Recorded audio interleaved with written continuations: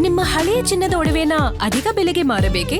ಆಟಿಕಾಗೆ ಕಾಲ್ ಮಾಡಿ 8880 Attica gold company.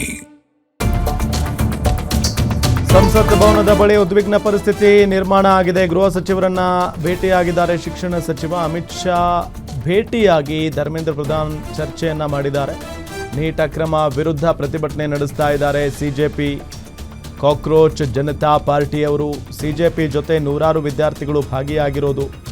Pradhan ರಾಜೀನಾಮೆಗೆ ಆಗ್ರಹ ಹೆಚ್ಚಾಗಿ ಕೇಳಿ ಬರ್ತಾ ಇರುವ ಹಿನ್ನೆಲೆ ಭಾರೀ ಕುತೂಹಲ ಮೂಡಿಸಿದೆ ಈಗ ಪ್ರಧಾನ್ ಅಮಿತ್ ಶಾ ಅವರ ಭೇಟಿ. ಸೊ ಆ ನಿಟ್ಟಿನಲ್ಲಿ ಧರ್ಮೇಂದ್ರ ಪ್ರಧಾನ್ ರಾಜೀನಾಮೆ ಕೊಟ್ಬಿಡ್ತಾರಾ?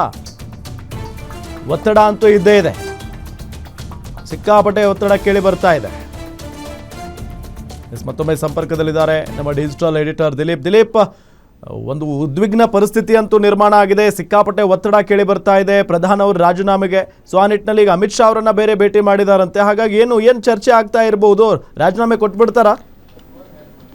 ರಾಮ್, ಒಂದು ರೀತಿ ಹೇಳ್ಬೇಕಂದ್ರೆ ಈ ಇಡೀ ಪ್ರಕರಣದಲ್ಲ ಕೇಂದ್ರ ಬಿಂದು ಏನಿದ್ದಾರೆ ಅದು ಧರ್ಮೇಂದ್ರ ಪ್ರಧಾನ್. ಏನೊಂದು ಕೇಂದ್ರದ ಒಂದು ಶಿಕ್ಷಣ ಸಚಿವರಿದ್ದಾರೆ, ಅವರು ಈ ನೀಟ್ ಅಕ್ರಮ ಪ್ರಕರಣದಲ್ಲಿ ಪದೇ ಪದೇ ನೀಟ್ ಪರೀಕ್ಷೆಯ ಪ್ರಶ್ನೆ ಪತ್ರಿಕೆಗಳು ಸೋರಿಕೆ ಆಗ್ತಾ ಇದೆ, ಪದೇ ಪದೇ ಮರುಪರೀಕ್ಷೆಗಳು ನಡೆಯುವಂಥ ಸಂದರ್ಭ ನಿರ್ಮಾಣ ಆಗ್ತಿರೋದಕ್ಕೆ ಎಲ್ಲದಕ್ಕೂ ಧರ್ಮೇಂದ್ರ ಪ್ರಧಾನ್ ಕಾರಣ. ಧರ್ಮೇಂದ್ರ ಪ್ರಧಾನ್ ಅವರು ರಾಜೀನಾಮೆ ಕೊಡಬೇಕು ಅನ್ನೋದನ್ನೇ ಸೋನಮ್ ವಾಂಗ್ಚುಕ್ ಸೇರಿದಂತೆ ಹಲವರ, ಅಭಿಜಿತ್ ದೀಪ್ಕೆ ಇರ್ಬೋದು, ಎಲ್ಲರ ಒಂದು ಆಗ್ರಹ ಆಗಿತ್ತು.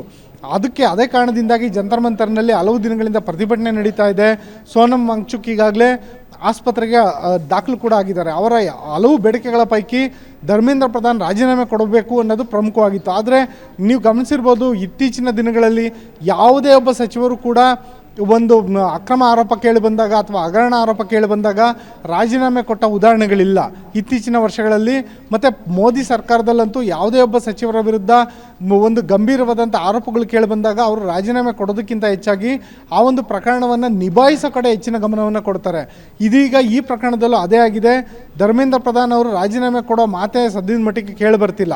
ಆದರೆ ಇದೀಗ ನಡೆದಿರೋ ಬೆಳವಣಿಗೆಯಲ್ಲಿ ಧರ್ಮೇಂದ್ರ ಪ್ರಧಾನ್ ಅವರು ಕೇಂದ್ರ ಗೃಹ ಸಚಿವ ಅಮಿತ್ ಶಾ ಅವ್ರನ್ನ ಭೇಟಿ ಮಾಡಿದ್ದಾರೆ. ಆದರೆ ಇದನ್ನು ನೇರವಾಗಿ ರಾಜೀನಾಮೆ ಕೊಡೋ ವಿಚಾರಕ್ಕೆ ಭೇಟಿ ಮಾಡಿದ್ದಾರಾ ಅಂತ ಹೇಳೋದಕ್ಕಾಗೋದಿಲ್ಲ. ಯಾಕೆಂದರೆ ಒಂದು ವೇಳೆ ಏನಾದ್ರು ಧರ್ಮೇಂದ್ರ ಪ್ರಧಾನ್ ರಾಜೀನಾಮೆ ಕೊಡಬೇಕು ಅಂತಿದ್ರೆ ಅವರು ನೇರವಾಗಿ ಪ್ರಧಾನಿಗಳನ್ನು ಭೇಟಿ ಮಾಡಬೇಕಿತ್ತು. ಆದರೆ ಧರ್ಮೇಂದ್ರ ಪ್ರಧಾನ್ ಈಗ ಕೇಂದ್ರ ಗೃಹ ಸಚಿವ ಅಮಿತ್ ಶಾ ಅವ್ರನ್ನ ಭೇಟಿ ಮಾಡಿದ್ದಾರೆ. ಇವರಿಬ್ಬರ ಮಧ್ಯೆ ಏನು ಮಾತುಕತೆ ನಡೆದಿರ್ಬೋದು? ರಾಜೀನಾಮೆ ಸಂಬಂಧ ಏನಾದರೂ ಮಾತುಕತೆ ನಡೆದಿದೆಯಾ, ಅಥವಾ ನೀಟ್ನಲ್ಲಿ ಏನಾದರೂ ಬದಲಾವಣೆ ತರೋದ್ರ ಬಗ್ಗೆ, ಆಮೂಲಾಗ್ರವಾದಂಥ ತಿದ್ದುಪಡಿ ಮಾಡೋದ್ರ ಬಗ್ಗೆ ಏನಾದರೂ ಮಾತುಕತೆ ನಡೆದಿದೆಯಾ ಅನ್ನೋ ಒಂದು ಚರ್ಚೆ ರಾಜಕೀಯ ವಲಯದಲ್ಲಿ ಸೃಷ್ಟಿಯಾಗಿದೆ. ಒಟ್ಟಿನಲ್ಲಿ ಸಿಜೆಪಿ ಪ್ರತಿಭಟನೆ ಏನಿದೆ ಅದು ಸರ್ಕಾರವನ್ನು ಇಕ್ಕಟ್ಟಿಗೆ ಸಿಲುಕಿರಿಸದಂತೂ ಈ ಪ್ರಕರಣವನ್ನು ಗಮನಿಸಿದರೆ ನಿಜ ಅಂತ ಅನಿಸುತ್ತೆ ರಾಮ್. ಓಕೆ, ಥ್ಯಾಂಕ್ ಯು ತಮ್ಮೆಲ್ಲ ಮಾಹಿತಿಗಾಗಿ.